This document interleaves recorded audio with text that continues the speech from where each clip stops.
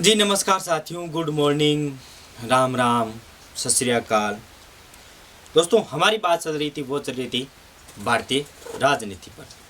और भारतीय राजनीति पर जो हमारा टॉपिक था वो था संविधान सभा। दोस्तों, आज की जो क्लास है उस क्लास के अंदर हम संविधान सभा के बारे में चर्चा करेंगे और कुछ ऐसे एक्सक्यूज़ हैं जो आपके दिमाग में खटक रहे हैं, यानी कुछ ऐसे क्वेश्चन है, कुछ ऐसी आपके अंदर हड़बड़ाहट है जो आपके दिमाग के अंदर घूम रहे हैं, जो अभी तक क्लियर रूप से तैयार नहीं हुए। तो मैं उन सब एक्सक्यूज़ के बारे में आज चर्चा करेंगे हम लोग, ठीक है। और तो इन सब के बारे में जानने के लिए मेरे यूट्यूब चैनल पर मेरे साथ बने रहिए। और जो स्टूडेंट आज मेरे से पहली बार मिल रहे, उन सब से मेरा आग्रह निवेदन है कि मेरे चैनल को सब्सक्राइब कर लें। तो दोस्तों, हेडिंग लगा लीजिए प्रारूप समिति, क्योंकि इससे पहले की हम चर्चा कर चुके और आज हम बहुत सारी ऐसी जानकारियां हैं जो एक एक्सक्यूज़ के रूप में कि कहीं गाइडों में कुछ लिखा हुआ है, कहीं गाइडों में, किसी गाइडों में कुछ लिखा हुआ है, तो उन सब के बारे में हम डिटेल से जानकारी लेंगे। तो देखो, प्रारूप समिति क्या है? प्रारूप समिति क्या है? मैंने चर्चा की थी कि संविधान सभा का सबसे पहले तो आप याद कर लीजिए प्रारूप समिति का गठन कब हुआ था? 29 अगस्त 1947। सर, प्रारूप समिति है क्या? तो मैंने बताया था कि संविधान का, भारतीय संविधान का प्रारूप किसने तैयार किया था?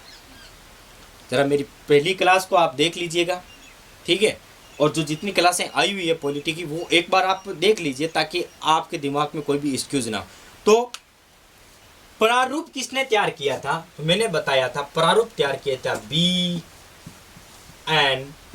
राव ने। किसने किया था? B.N. राव ने, बेनेगल नरसिंह राव ने प्रारूप तैयार किया था, ठीक है। इन्होंने संविधान का क्या किया था? संविधान का बेसिक स्ट्रक्चर बनाया था, यानी संविधान का प्रारूप तैयार किया था। संविधान का प्रारूप तैयार किया था,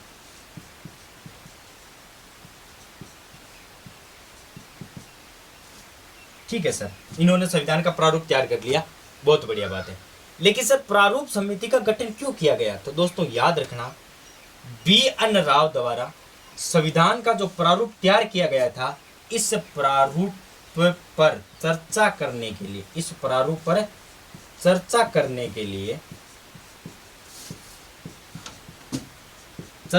के लिए ही इस कमेटी का गठन किया गया था, ठीक है। और क्या बात है सर? सर, इस प्रारूप समिति का अध्यक्ष कौन है? इस प्रारूप समिति का अध्यक्ष कौन है? तो याद रखना, 29 अगस्त को यह समिति गठित हुई थी, ठीक है। और 30 अगस्त 1947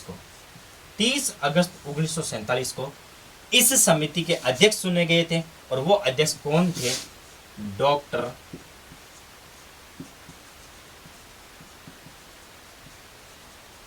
भीमराव अंबेडकर जी। कौन थे? डॉक्टर भीमराव अंबेडकर जी। तो प्रारूप समिति तो प्रारूप समिति कब थी? 29 अगस्त 1947। अध्यक्ष काम क्या था? तो B.N. राव द्वारा जो संविधान सभा का प्रारूप तैयार किया गया था, उस प्रारूप पर चर्चा करने के लिए जिस कमेटी का गठन किया गया था, उसको किस नाम से जाना जाता है? प्रारूप समिति। सर, इसके अध्यक्ष कौन थे?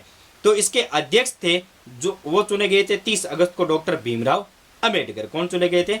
डॉक्टर भीमराव अंबेडकर। सर, इस प्रारूप समिति के उपनाम क्या है? तो इस प्रारूप समिति के उपनाम है, नंबर 1 तो बात आती है ड्राफ्टिंग कमेटी। नंबर 1 उपनाम। इनके उपनाम क्या है?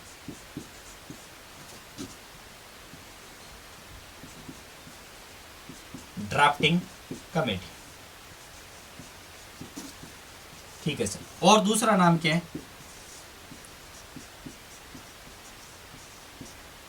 मौजूदा कमेटी,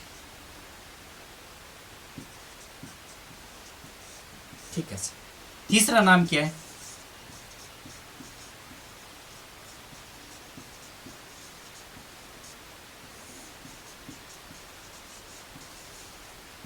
पांडुलेखन समिति। कौन से नाम है? कौन से नाम है? तो इस प्रारूप समिति के 3 अलग नाम है। नंबर 1 ड्राफ्टिंग कमेटी, नंबर 2 मसौदा कमेटी, नंबर 3 पांडुलेखन समिति। ये इसके क्या है? 3 नाम। तो एक बार आप इसका स्क्रीनशॉट ले लीजिए। एक बात हो रहा थी कि सर इसके अंदर कितने सदस्यों ने भाग लिया था, तो टोटल कितने सदस्य थे, 7 सदस्य थे। हम चर्चा करेंगे वो 7 सदस्य कौन कौन थे, ठीक है, किसकी मृत्यु हो गई थी, किसने त्याग पत्र दे दिया था, क्या था क्या नहीं, कौन कांग्रेसी था, एक क्वेश्चन चर्चित है, लेकिन चलो हम बात करते हैं उनके बारे में भी। तो प्रारूप समिति 29 अगस्त 1947 को गठित हुई थी। BN राव द्वारा जो संविधान सभा का प्रारूप तैयार किया गया था, उसके बाद उसके ऊपर चर्चा करने के लिए इस प्रारूप समिति का गठन किया गया था। इसके अध्यक्ष कौन थे, तो याद रखना 29 अगस्त को तो ये समिति गठित हुई थी, लेकिन 30 अगस्त 1947 को डॉक्टर भीमराव अम्बेडकर को इसके क्या बनाया गया था, अध्यक्ष बनाया गया था। इस प्रारूप समिति के अन्य नाम क्या है, ड्राफ्टिंग कमेटी, मौजूदा कमेटी, ठीक है, और पांडुलेखन समिति, ये इनके क्या है, उपनाम है, याद रखना। बात एक ही है, लेकिन इनके नाम है वो थोड़े उपनाम है, अलग अलग भाषाओं में इनको पुकारा गया। तो एक बार आप इसका स्क्रीनशॉट ले लीजिए। वो 7 सदस्य कौन कौन से थे सर, वो 7 महान सदस्य कौन से थे, तो देखो प्रारूप समिति का अध्यक्ष कौन थे, डॉक्टर भीमराव अम्बेडकर। इसका मतलब डॉक्टर भीमराव अम्बेडकर तो इसके प्रथम सदस्य होने ही होने। तो याद रखना ये क्या थे, अध्यक्ष थे, क्या थे, अध्यक्ष। तो आप इनको तो याद रखना। दूसरा मोहम्मद सादुल्ला, कौन है, मोहम्मद सादुल्ला। ये कहां से थे, ये मुस्लिम लीग से थे, ये मुस्लिम लीग के सदस्य थे, ठीक है। उसके बाद अल्लाही कृष्ण स्वामी अय्यर और गोपाल स्वामी अयंकर और KM मुंशी, और उसके बाद DP खेतान। देखो DP खेतान साहब बॉम्बे के थे, ठीक है, और ये एक व्यापारी थे। इनकी हो गई थी मृत्यु, तो मृत्यु होने के बाद इनकी जगह ली थी, वो ली थी TT कृष्णमाचारी ने। किसने लिखी, TT कृष्णमाचारी। उसके बाद आता है BL मित्तर। अब इन BL मित्तर साहब ने इस्तीफा दे दिया था, और इस्तीफा देने के बाद इनकी जगह जो आया था वो आए थे माधव राव जी, ठीक है। इसके अंदर मेन बात क्या है दोस्तों, एक क्वेश्चन है वो बहुत ही बार पूछा जाता है और घूम रहा है कि इनमें से कांग्रेसी सदस्य कितने थे। तो देखो यदि मोहम्मद सादुल्ला को हटा दिया जाए, यदि मोहम्मद सादुल्ला साहब को हटा दिया जाए, तो बाकी 6 के 6 कांग्रेसी है, बाकी 6 के 6 कांग्रेसी है। लेकिन क्वेश्चन पूछा गया था मूलतः कांग्रेसी कौन है, मूलतः कांग्रेसी कौन है, तो वो मूलतः कांग्रेसी थे KM मुंशी। अब देखो जैसे DP खेतान साहब है और BL मित्तर साहब है। DP खेतान साहब व्यापारी थे, ठीक है, इनका राजनीति से कोई संबंध नहीं था, लेकिन कांग्रेस वालों की तरफ से इनको भेजा गया था, क्योंकि एक व्यापारी थे और कांग्रेस को धन संबंधी वगैरह जो कुछ भी है इनका अपना एक अलग मैटर था, तो इनको सदस्य के रूप में इस प्रारूप समिति के अंदर भेजा गया था। लेकिन जो KM मुंशी साहब है वो मूलतः कांग्रेसी थे, लेकिन मूलतः कांग्रेसी करते हैं कि वो कांग्रेस से पहले भी जुड़े हुए सदस्य थे। बाकी जैसे मान लो अब जैसे DP खेतान साहब है वो एक व्यापारी थे, तो इनको कांग्रेस वालों ने भेज दिया। तो देखो क्या है, सदस्य कितने 7, डॉक्टर भीमराव अम्बेडकर, मोहम्मद सादुल्ला, अल्लादी कृष्ण अय्यर और गोपाल स्वामी अयंकर और KM मुंशी और DP खेतान साहब। तो याद रखना DP क्वेश्चन बन सकता है कि जब प्रारूप समिति का गठन हुआ था तो उसमें DP खेतान साहब की मृत्यु हो गई थी, और DP खेतान साहब की मृत्यु के बाद कौन आए, तो वो आए थे TT कृष्णमाचारी। उसके बाद क्वेश्चन ऐसे भी पूछा जाता है कि BL मित्तर ने जब इस्तीफा दे दिया था तो उनकी जगह प्रारूप समिति ने किसने ली थी, उनकी जगह सदस्य कौन बने थे, तो वो बने थे माधव राव, ठीक है। प्रारूप समिति के अंदर टोटल कितने सदस्य, 7 सदस्य, और क्या है, ठीक है। एकमात्र कांग्रेसी कौन है, KM मुंशी, कन्हैयालाल माणिक्यचंद मुंशी। तो ये बात है हमारी 7 सदस्यों की।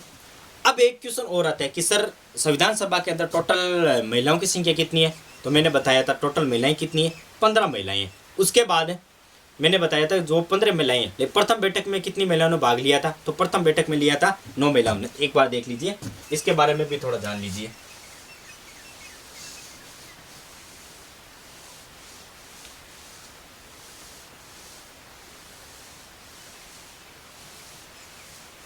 देखो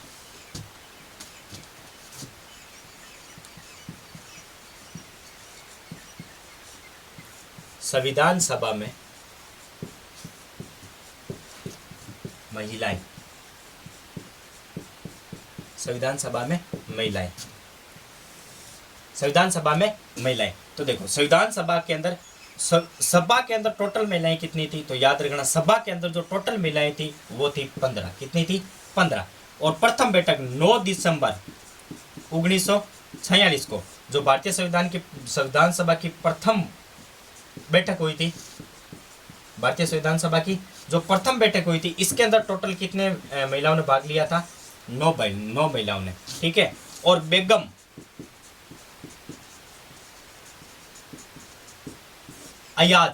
बयाज भारतीय संविधान सभा की एकमात्र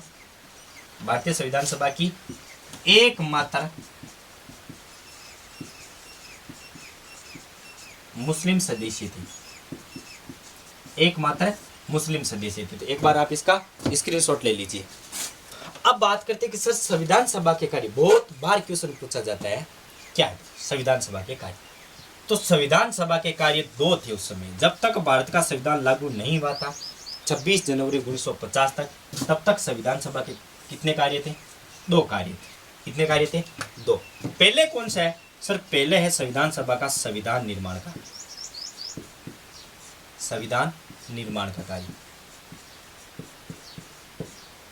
संविधान निर्माण का कार्य। उसके बाद तो देखो संविधान निर्माण का कार्य मैंने एक पढ़ाया था 1947 भारत स्वतंत्रता अधिनियम के अंदर, जब जो एटली की सरकार थी तो कैबिनेट मिशन ने, एटली की सरकार ने स्पष्ट रूप से कहा था कि जब तक दोनों देशों का संविधान नए संविधान के तहत नई संसद का गठन नहीं होगा, तब तक कार्य कौन करेगा?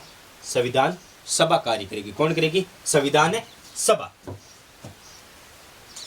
देखो मैंने क्या बताया था कि जो भारत शासन अधिनियम 1947 है उसके तहत एक बात लिखी गई थी कि जब तक दोनों देशों का यानी भारत और पाकिस्तान का बंटवारे की बात चल रही है कि जब तक भारत और पाकिस्तान का नया संविधान नहीं गठित हो जाएगा, ठीक है, और नए संविधान के तहत नई संसद गठित नहीं हो जाएगी, तब तक देश में कार्य कौन करेगा? संविधान सभा करेगी। इसका मतलब क्या है? संविधान सभा ही संविधान का निर्माण कर रही है और संविधान सभा ही किसके रूप में कार्य कर रही है? संसद के रूप में।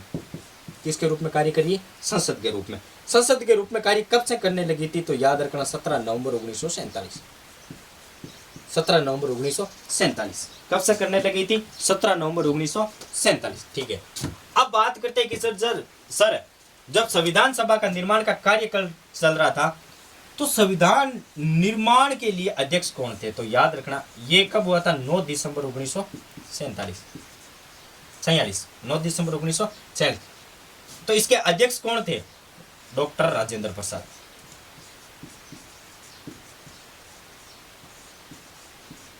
डॉक्टर राजेंद्र प्रसाद। हाँ, क्वेश्चन पूछा जा सकता है कि डॉक्टर राजेंद्र प्रसाद वैसे तो 13 दिसंबर को अध्यक्ष बने थे, 9 दिसंबर को वो अध्यक्ष नहीं बने थे, ठीक है। लेकिन यहाँ पर हम बात कर लेते हैं कि जब संविधान निर्माण, क्योंकि ये क्या बन गए थे? परमानेंट अध्यक्ष बन गए थे। क्या बन गए थे? परमानेंट अध्यक्ष। तो इन्हीं को गिना जाता है। तो संविधान निर्माण का कार्य 9 दिसंबर 1946 से जब तक चल रहा था तब तक कौन थे? अध्यक्ष कौन थे? तो वो थे डॉक्टर राजेंद्र प्रसाद सर। उसके बाद वही संविधान सभा किसके रूप में कार्य कर रही है? किसके रूप में कार्य कर रही है? संसद के रूप में। कब से कर रही है? 17 नवंबर 1947। तो इसके अध्यक्ष कौन थे?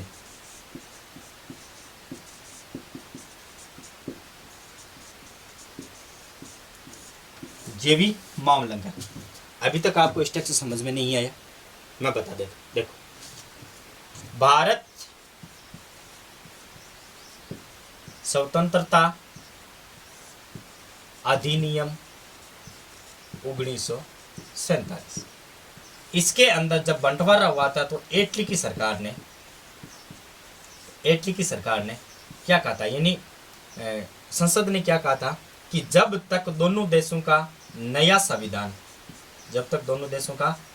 नया संविधान बनकर गठित नहीं होगा और इस नए संविधान के तहत ही एक नई संसद का गठन नहीं होगा, तब तक भारत में संसद के रूप में कौन कार्य करेगी? संविधान सभा करेगी। कौन कार्य करेगी? संविधान सभा। इसका मतलब क्या है? अब संविधान सभा कितने रूप में कार्य कर रही है? 2 भागों में। कौन से? संविधान सभा का निर्माण का कार्य चल रहा है और कब से हुआ था, 9 दिसंबर 1946 से। उसकी अध्यक्षता कौन कर रहे थे, डॉक्टर राजेंद्र प्रसाद। और वही संविधान सभा किसके रूप में कार्य कर रही थी, संसद के रूप में, ठीक है। कब से कर रही थी, 17 नवंबर 1947 से। और इसकी अध्यक्षता कौन कर रहे थे, जेवी मावलंकर। तो एक बार आप इसका स्क्रीनशॉट ले लीजिए। तो अब दोस्तों एक एक्सक्यूज और आता है सर आंकड़ों को लेकर के कि 389 का आंकड़ा के कंफ्यूजन होते हैं, तो उस कंफ्यूजन को हम थोड़ा दूर कर लेते हैं। देखो सबसे पहले बात आती है कि सर ये 389 का आंकड़ा क्या है। तो मैंने बताया था कि कैबिनेट मिशन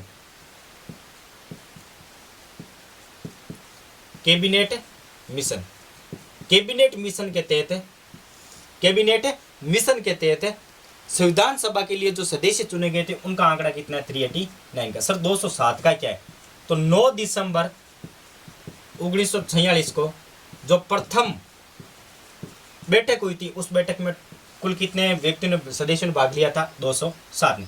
211 क्या है सर, जो प्रथम सत्र हुआ था, प्रथम में सत्र प्रारंभ हुआ था 9 दिसंबर 1946 से लेकर के 23 दिसंबर 1946 तक। ये जो 14 दिनों का सत्र प्रारंभ हुआ था, इस सत्र में टोटल कितने व्यक्ति आए थे, 211। उसके बाद बात करते हैं कि सर 284 का आंकड़ा क्या है। तो 284 का जब संविधान बनकर के रेडी हो गया तो उस पर कितने व्यक्तियों ने हस्ताक्षर किए थे, 284। उसके बाद है सर 299 का आंकड़ा क्या है। तो देखो स्वतंत्रता के समय संविधान सभा में कुल मौजूद सदस्यों की संख्या है 299 सर। ये 324 का आंकड़ा क्या है। तो देखो मुस्लिम लीग के बहिष्कार करने के बाद सभा के अंदर कितने सदस्य बचते थे, तो वो बचे थे 384 का। देखो 389 का आंकड़ा क्या है, तो 389 का आंकड़ा कि इटली के सरकार के द्वारा ब्रिटेन के तत्काल प्रधानमंत्री इटली की सरकार के द्वारा भारत में संविधान सभा का निर्माण करने के लिए जो कैबिनेट मिशन भेजा गया था, उस कैबिनेट मिशन ने संविधान सभा के लिए टोटल आंकड़े कितने चुने थे, यानी संविधान सभा के अंदर कुल कितने सदस्य भाग लेंगे, तो वो लेंगे 389। उसके बाद 207। तो इस संविधान सभा यानी संविधान सभा तैयार होने के बाद जो प्रथम बैठक हुई थी उसमें 389 में से कितने लिए थे, 207 व्यक्तियों ने, ठीक है। सर 207 व्यक्तियों ने क्यों लिए, तो मैंने बताया था कि मुस्लिम लीग ने बहिष्कार किया था। उसके बाद जो देसी रियासत है उन्होंने अपना भविष्य निर्धारित नहीं किया था कि हमें पाकिस्तान में रहना है कि भारत में रहना है या फिर अपनी एक अलग स्वतंत्र रियासत बनानी है, ठीक है। उसके बाद 211 के जो प्रथम सत्र हुआ था 9 दिसंबर 1946 से लेकर के 23 दिसंबर 1946 तक, उस प्रथम सत्र के अंदर कितने व्यक्तियों ने भाग लिया था, 211। सर बैठक और सत्र में फर्क क्या है, बहुत मोस्ट क्वेश्चन है, बैठक और सत्र। तो दोस्तों बैठक निश्चित होती है 1 दिन की या 1 घंटे की, उसको कहा जाता है बैठक। सत्तर निश्चित नहीं होता है दोस्तों, 1 घंटे का भी हो सकता है, 1 दिन का भी हो सकता है, 1 महीने का भी हो सकता है। यहाँ तक कि भारत का जो सत्र है, भारत के अंदर ऐसे सत्र भी हो जो 2.5 मंथ तक चले, ठीक है। एक क्वेश्चन याद रखना कि 1 दिन के अंदर 1 दिन में सत्र कौन से हुए, तो एक तो पहला सत्र हुआ था, जो छठा सत्र हुआ था वो 1 दिन का हुआ था, और एक जो अंतिम 12वां सत्र हुआ था वो भी कितने दिन का हुआ था, 1 दिन का। तो जो प्रथम सत्र है 9 दिसंबर 1946 से लेकर के 23 दिसंबर 1946 तक, तो उस समय कितने व्यक्तियों ने भाग लिए थे, 211 सदस्यों ने भाग लिया था। सर 284 का आंकड़ा क्या है, तो 284 का संविधान सभा पर हस्ताक्षर किसने किए थे, वो संविधान सभा पर प्रथम हस्ताक्षर किसने किए थे, तो याद रखना संविधान सभा के अंदर जो प्रथम हस्ताक्षर किए थे वो क्या था, पंडित जवाहरलाल नेहरू ने। और अंतिम हस्ताक्षर किसने किए थे, तो अंतिम हस्ताक्षर किया था वो क्या था, डॉक्टर राजेंद्र प्रसाद ने, और जो संविधान सभा के सदस्य थे। उसके बाद 289 का यानी स्वतंत्रता के पश्चात संविधान सभा में टोटल सदस्य कितने थे, 299 224 यानी मुस्लिम लीग के बहिष्कार करने के बाद सभा में कितने सदस्य बचे थे, वो बचे थे 324। देखो अब बात करते हैं कि सर संविधान सभा पर हस्ताक्षर का क्या मामला है।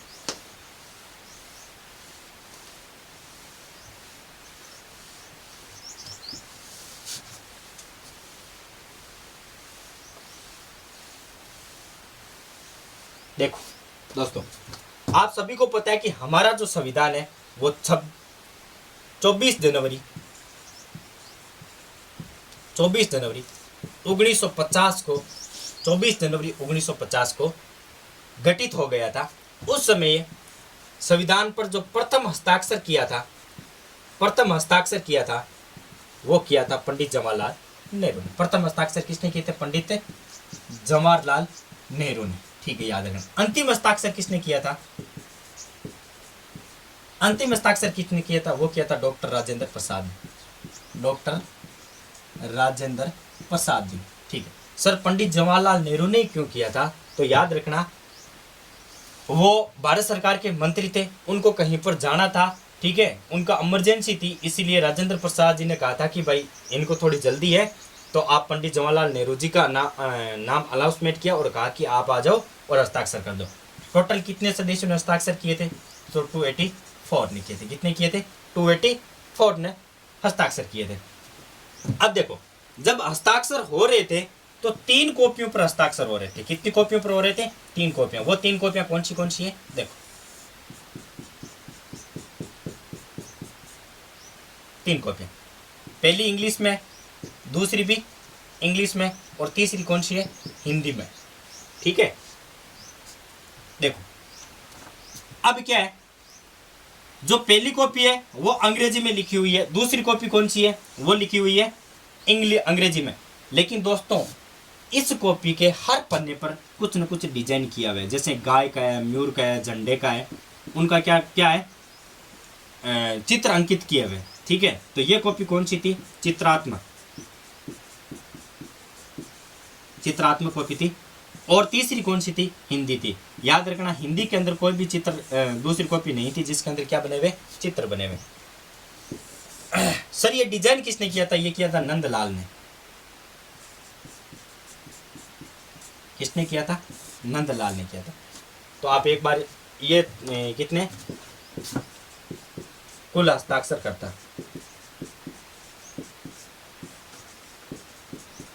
कौन है कुल हस्ताक्षर करता? तो एक बार आप इसका स्क्रीनशॉट ले लीजिए। और क्या क्या बातें हैं सर 24 जनवरी 1950 की? और क्या क्या बातें हैं? चलो बात करते हैं 24 जनवरी 1950 की। और मुख्यतः कौन सी बातें हैं? 24 जनवरी 1950, तो याद रखना 24 जनवरी 1950 एक तो है, वो है संविधान सभा का 12वां सत्र।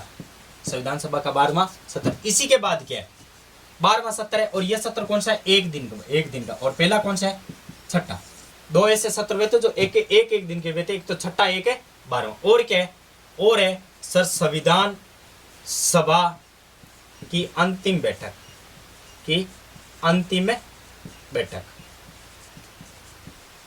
संविधान सभा की अंतिम बैठक।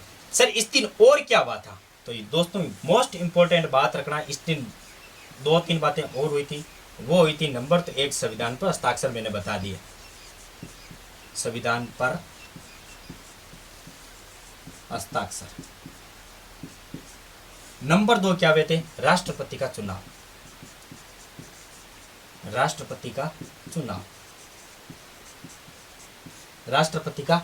और क्या हुआ था? और हुआ था जनगण मन को राष्ट्रगान के रूप में चुना गया था। क्या हुआ था? संविधान सभा का 12वां सत्र भी यही था, संविधान सभा की अंतिम बैठक भी यही थी, संविधान सभा का अंतिम सत्र भी यही था, संविधान पर हस्ताक्षर हुए थे। ठीक है, राष्ट्रपति का चुनाव हुआ था, जनगण मन हुआ था। और क्या है सर? एक चीज याद रखना कि प्रेम बिहारी नारायण राय जदा, प्रेम बिहारी नारायण राय जदा, प्रेम बिहारी नारायण राय जदा, इन्होंने संविधान लिखा था।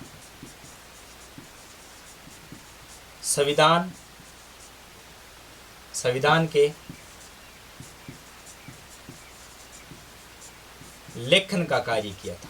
संविधान के लेखन का कार्य, तो याद रखना संविधान के लेखन का कार्य किसने किया था? वो किया था प्रेम बिहारी नारायण राय जदा। इनकी एक शर्त थी कि सर मैं लिख दूंगा, इन्हीं को क्यों चुना था? तो याद रखना इनकी जो लिखावट थी वो बहुत सुंदर थी। इनकी लिखावट की वजह से चुना गया था और इनकी एक शर्त थी कि संविधान के प्रथम पेज से लेकर के अंतिम पेज तक हर पेज पर मेरे क्या होगा, हस्ताक्षर होगा। और दोस्तों इन्होंने क्या किया था, एक बहुत ही बढ़िया काम किया था। वो किया था कि जो अंतिम पेज है उस पर अपने दादाजी के हस्ताक्षर करवाए थे। किसके हस्ताक्षर करवाए थे? अपने दादाजी के। ठीक है, अब बात करते हैं थोड़ी सी राष्ट्रपति चुनाव के बारे में कि सर राष्ट्रपति चुनाव क्या है, राष्ट्रपति का चुनाव कैसे हुआ था, क्या हुआ था, थोड़ी बहुत चर्चा कर लेते हैं।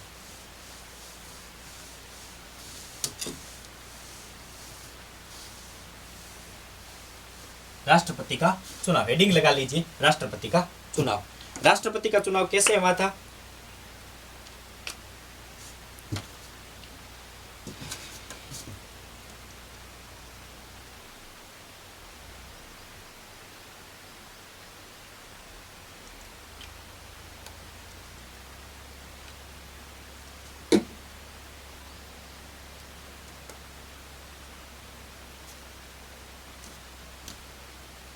हम बात कर रहे हैं राष्ट्रपति के चुनाव के बारे में।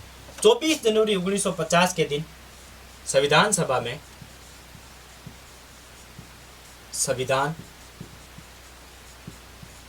में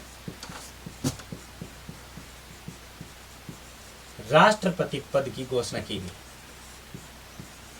राष्ट्रपति पद की घोषणा की गई। एक फोरम निकाला गया था, तो इसका मतलब क्या हो जाएंगे? निर्वाचित। क्या हो जाएंगे? निर्वाचित।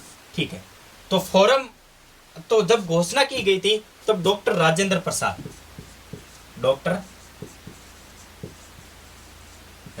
प्रसाद ऐसे एकमात्र ऐसे व्यक्ति थे जिन्होंने फॉर्म भरा था। क्या किया था? फॉर्म फिल किया था। एक व्यक्ति और थे, वो उन्होंने कहा कि भाई मैं राष्ट्रपति का चुनाव लड़ूंगा, लेकिन बाद में सभा की वजह से उन्होंने मना कर दिया था कि चलो मैं नहीं लड़ूंगा। सभा ने कहा कि भाई डॉक्टर राजेंद्र प्रसाद ने जब फॉर्म भर रहे, तो इसीलिए क्या है, ये निर्विरोध हुए थे। क्या हुए थे? निर्विरोध राष्ट्रपति बने थे। ठीक है सर, इनको शपथ किसने दिलाई थी? तो याद रखना, इनको शपथ दिलाई थी, वो दिलाई थी हीरालाल जी ने। इनको शपथ किसने दिलाई थी? हीरालाल। और शपथ कब दिलाई गई थी? तो याद रखना, शपथ दिलाई गई थी 26 जनवरी 1950 को। 26 जनवरी 1950 को इनको क्या दिलाई गई थी? शपथ दिलाई गई थी। सर 26 जनवरी 1950 को शपथ दिलाई गई थी, इसी की वजह से हम गणतंत्र दिवस के रूप में मनाते हैं इसको। गणतंत्र दिवस के रूप में मनाते हैं। सर गणतंत्र दिवस के रूप में मनाते, रीजन क्या है? दोस्तों याद रखना, जिस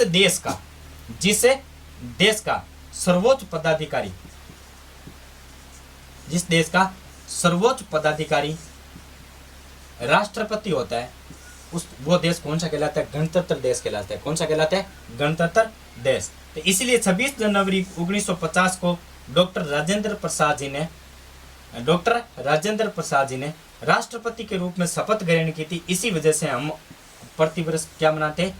गणतंत्र दिवस। ना कि 26 जनवरी 1950 को हमारे देश का जो संविधान लागू हुआ था उसके रूप में मनाते नहीं। संविधान दिवस कब मनाते? वो मनाते हम 24 जनवरी 1950 को। कब मना रहे? 24 जनवरी 1950 को हम संविधान दिवस मनाते हैं। ठीक है, पहले इसको विधि दिवस के रूप में मनाया जाता था, विधि दिवस के रूप में मनाया जाता, लेकिन 2015 के बाद हम इसको किस नाम से, किस दिवस के रूप में मनाते हैं? विधि दिवस के रूप में। विधि दिवस कब से मनाया जा रहा था? सन 1979 से। सन 1979 से इसको हम विधि दिवस के रूप में मनाते थे, लेकिन 2015 के बाद हम क्या मनाने लगे थे? इसको गणतंत्र दिवस के रूप में मना रहे। तो डॉक्टर राजेंद्र प्रसाद जी ने चुनाव कब लड़ा था? वो लड़ा था 24 जनवरी 1950 को। शपथ कब ग्रहण की थी? 26 जनवरी 1950 को। इनको शपथ किसने दिलाई थी? हीरालाल जी ने। ठीक है सर, हीरालाल जी ने क्यों दिलवाई थी? हालांकि राष्ट्रपति को शपथ दिलाता है उच्च न्यायालय का न्यायाधीश। तो याद रखना, हमारा जो उच्च न्यायालय, जो सुप्रीम कोर्ट है, वो अस्तित्व में आया था 28 जनवरी को। कब आया था? 28 जनवरी 1950 को आया था। इसीलिए उस दिन इनको शपथ दिलाई थी, वो दिलाई थी हीरालाल शास्त्री ने। ठीक है, किसके आधार पर दिलाई थी? तो अनुच्छेद नंबर 60 के आधार पर दिलाई थी। किसके आधार पर दिलाई थी? अनुच्छेद नंबर 60 के आधार पर इनको शपथ दिलाई गई थी। तो एक बार आप इसका स्क्रीनशॉट ले लीजिए। देखो 26 नवंबर 1949 का क्या हुआ था? तो आप सभी को पता है कि 26 नवंबर 1949 को हमारे देश का संविधान है वो आंशिक रूप से लागू हुआ था। अभी जो मैंने पीछे बताया था ना, वो देखिए 24 जनवरी 1950 को विधि दिवस के रूप में मनाते हैं। सॉरी, मिस्टेक हो गई थी, वो इसी दिन मनाते हैं। मैं चर्चा करूंगा अभी, देखो थोड़ी सी, उसके लिए मैं माफी चाहता हूँ, हो जाती है कभी कभी मिस्टेक। देखो 26 नवंबर 1949, ठीक है, इस दिन क्या हुआ था? हमारे देश का संविधान है वो आंशिक रूप से लागू हुआ था। किस रूप से लागू हुआ था? आंशिक रूप से लागू हुआ था।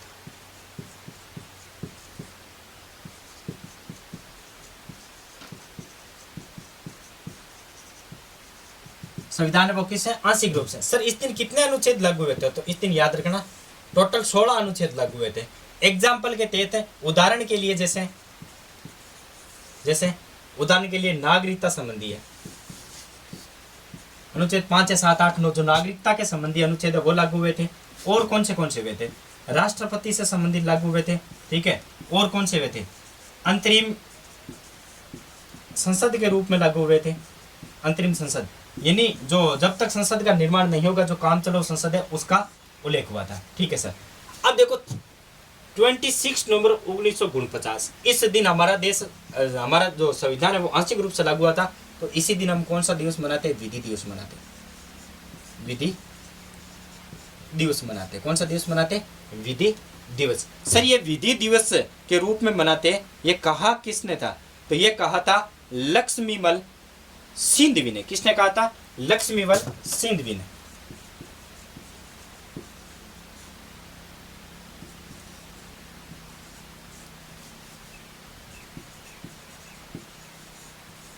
लक्ष्मीमल सिंधवी, ठीक है। इन्होंने आग्रह किया था कि भाई 1979 से इसको विधि दिवस के इसको 1979 से, ठीक है, विधि दिवस के रूप में मनाते हैं। लक्ष्मीमल सिंह जी ने कहा था 1979 से, ठीक है। लेकिन हुआ क्या दोस्तों, 2015 के अंदर एक इस दिवस को विधि दिवस ना मना करके संविधान दिवस के रूप में मनाते हैं। इस दिवस के रूप में मनाते, संविधान दिवस के रूप में मनाने लगे थे। अब देखो 26 नवंबर 1949 को हमारे देश का जो संविधान है वो आंशिक रूप से लागू हुआ था, यानी थोड़ा लागू हुआ था। कितने अनुच्छेद लागू हुए थे? 16। उदाहरण जैसे नागरिकता का है, राष्ट्रपति संबंधी है, अंतरिम संसद संबंधी है, ये अनुच्छेद लागू हुए थे, ठीक है। आंशिक रूप से लागू हुआ था, इसीलिए इस दिवस को किस रूप से मनाते हैं? विधि दिवस के रूप में। कब से मनाने आ रहे थे? सन 1979 से। कब से? सन 1979 से इसको विधि दिवस के रूप में मनाने लगे थे, ठीक है। उसके बाद 2015 के अंदर इसको विधि दिवस के रूप में ना मना करके क्या कौन सा मनाते हैं? संविधान दिवस के रूप में मनाते हैं। किस दिवस के रूप में? संविधान दिवस के रूप में। तो एक आप कंफ्यूजन ये दूर कर लेना। एक आता है कंफ्यूजन सत्र को लेकर के। किसको लेकर के? संविधान सभा के सत्र को लेकर के। संविधान सभा के अंदर टोटल सत्र कितने हुए थे? कोई 15 बोल रहा है, कोई 5, कोई 11, कोई 12, तो वो नहीं है। देखो संविधान सभा के सत्र के रूप में देखो संविधान सभा के टोटल सत्र हो चुके 11 + 1। सर 11 + 1 कितने हो गए? 12। देखो कैसे हुई? हमारी जो प्रथम बैठक हुई थी वो कब हुई थी? 9 दिसंबर 1946 को। कब हुई थी? ये हमारे देश की क्या हुई थी? संविधान सभा की प्रथम बैठक, ठीक है। और क्या हुआ था सर? और क्या हुआ था? देखो प्रथम बैठक हो गई थी। संविधान आंशिक रूप से कब लागू हुआ था? तो वो होता 26 नवंबर 1949 को आंशिक रूप से संविधान लागू हुआ था। या इसको मैं विधि दिवस लिख देता हूं, ठीक है, विधि दिवस, ठीक है। और क्या सर? और क्या? देखो संविधान बनकर के तैयार कब हो गया था? तो वो हुआ था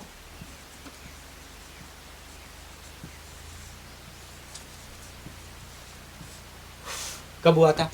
24 जनवरी 1950 को। कब हुआ था? 24 जनवरी 1950 को संविधान बनकर के क्या हो गया था? रेडी हो गया था, ठीक है। देखो ये हमारी प्रथम बैठक है, तो ये कौन सी है? 24 जनवरी को अंतिम बैठक।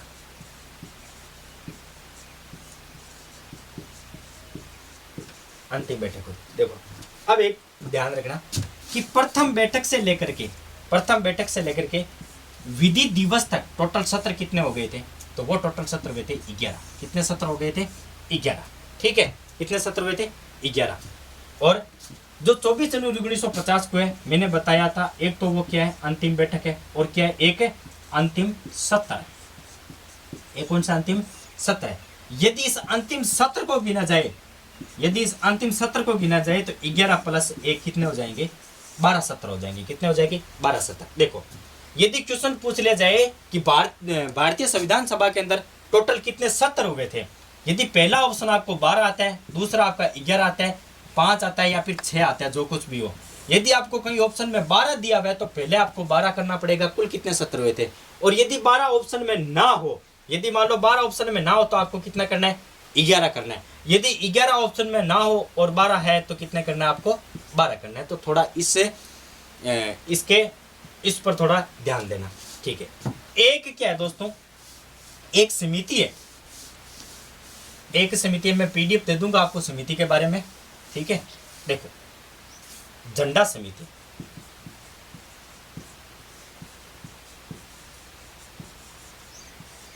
झंडा समिति। ठीक है, झंडा समिति के अध्यक्ष कौन थे, डॉक्टर राजेंद्र प्रसाद हैं। कौन थे, डॉक्टर राजेंद्र प्रसाद। कौन थे, डॉक्टर राजेंद्र प्रसाद। याद रखना दोस्तों, झंडा समिति नाम से कोई समिति नहीं है, प्रचलन में आ गया है झंडा। ठीक है सर, इसका ओरिजिनल है कि इसका है ध्वज समिति। क्या है, ध्वज समिति। तो याद रखना, झंडा समिति नाम से कोई समिति नहीं है, और इसके अध्यक्ष कौन थे, डॉक्टर राजेंद्र प्रसाद है। ठीक है, और ये है क्या, तो झंडा समिति का जो ओरिजिनल नाम है वो है ध्वजा समिति। क्या नाम है, ध्वजा समिति। ओरिजिनल है, झंडा समिति नाम से कोई नहीं है, नाम आ गया प्रचलन में तो इसलिए इसको झंडा समिति कहने लगे हैं, बाकी कुछ नहीं है। तो दोस्तों, आज की क्लास में हम इतनी चर्चा करेंगे, अब मिलेंगे अगली क्लास में। लेकिन थोड़ा वो ध्यान रखना, जो मैंने विधि दिवस के रूप में बताया था उसके बारे में मैंने जो कन्फ्यूजन आपका दूर कर दिया, वो मेरे से मिस्टेक हो गई, इसके लिए मैं माफ़ी चाहता हूँ। हो जाती है कभी कभी मिस्टेक। तो दोस्तों, अब मिलेंगे हम अगली क्लास में। जय हिंद, जय भारत।